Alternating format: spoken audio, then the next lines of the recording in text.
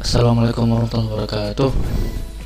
Saya Sultan Atullah dari Universitas Jenderal Ahmad Yani, Fakultas Sains dan Informatika, jurusan Informatika. Di sini saya akan menjelaskan Successful Scrum Product Management, atau bagaimana sih manajemen yang baik agar menghasilkan Scrum product yang sukses dan berhasil. Untuk materinya di sini ada 3. Untuk video pertama, saya akan menjelaskan terlebih dahulu tentang accountabilities yang berisi product owner, Scrum Master, dan developer. Scrum Master itu adalah orang yang bertanggung jawab atas perjalanan Scrum sesuai dengan Scrum Guide. Dia juga merupakan seorang true leader bagi Scrum team. Scrum Master ini memiliki beberapa kewajiban ataupun harus dapat melayani beberapa pihak, seperti yang pertama ada Scrum team. Adapun cara-cara untuk melayaninya antara lain, yang pertama adalah removing atau menghilangkan hambatan bagi kemajuan tim.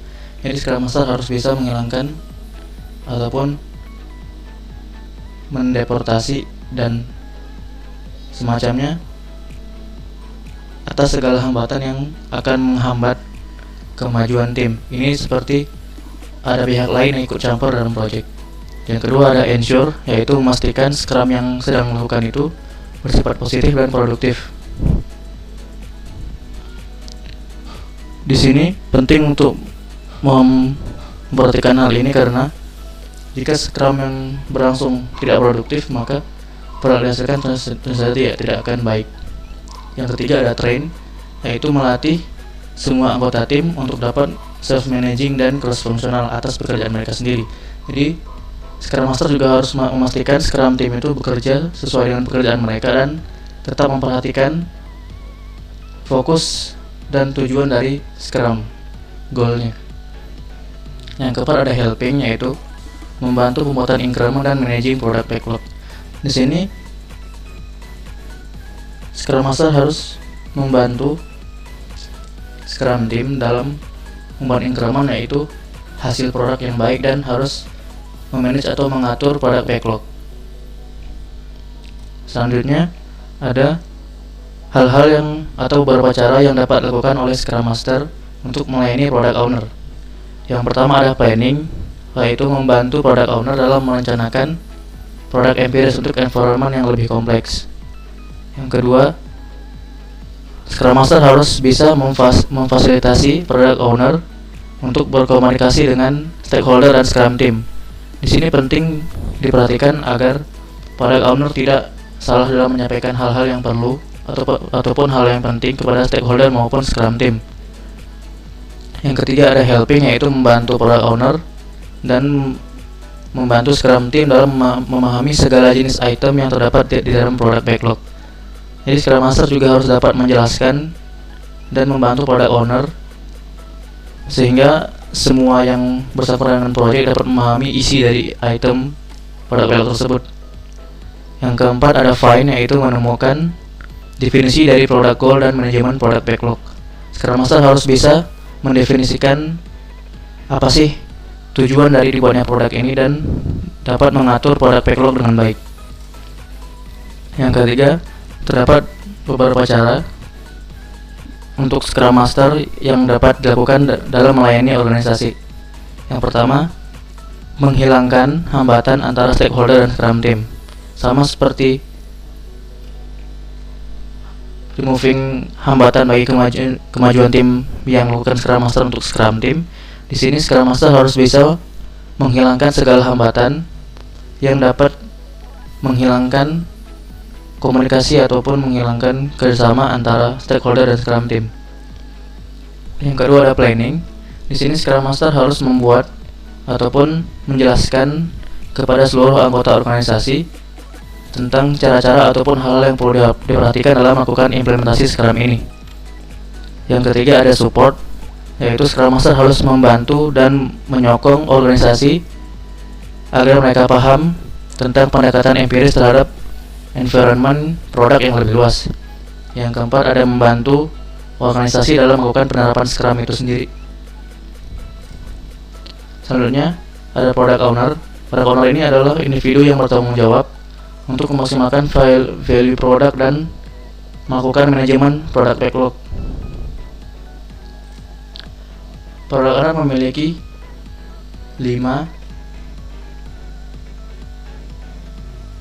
cara yang dapat dilakukan dalam manajemen product backlog. Yang pertama adalah mendeveloping ataupun mengembangkan product goal dari produk itu sendiri. Jadi product owner ini harus dapat mengembangkan secara lebih luas product goal-nya dan masukkan ke dalam product backlog. Yang kedua adalah membuat item di dalam product backlog.